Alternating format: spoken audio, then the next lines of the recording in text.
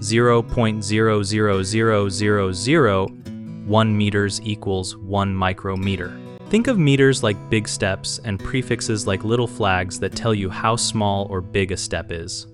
Micro means 1 millionth, so a micrometer is one of those tiny steps, written as the letter that looks like a Greek mu or spelled out micrometer, and it makes the number easier to read because instead of writing 6 zeros, you just write 1 with the prefix.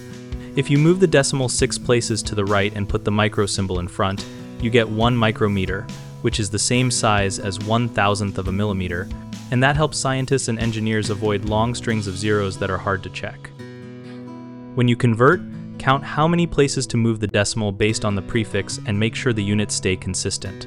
A common mistake is miscounting zeros, so double check by grouping zeros in threes or by saying the prefix value out loud to be sure. Another is confusing micro with milli. So remember, micro is 1 millionth and milli is 1,000th. Also, some people forget to keep the unit name and prefix together. So always write the prefix immediately before the unit to avoid errors. For more videos and resources on metric prefixes and unit conversions, visit www.gumballdegree.com.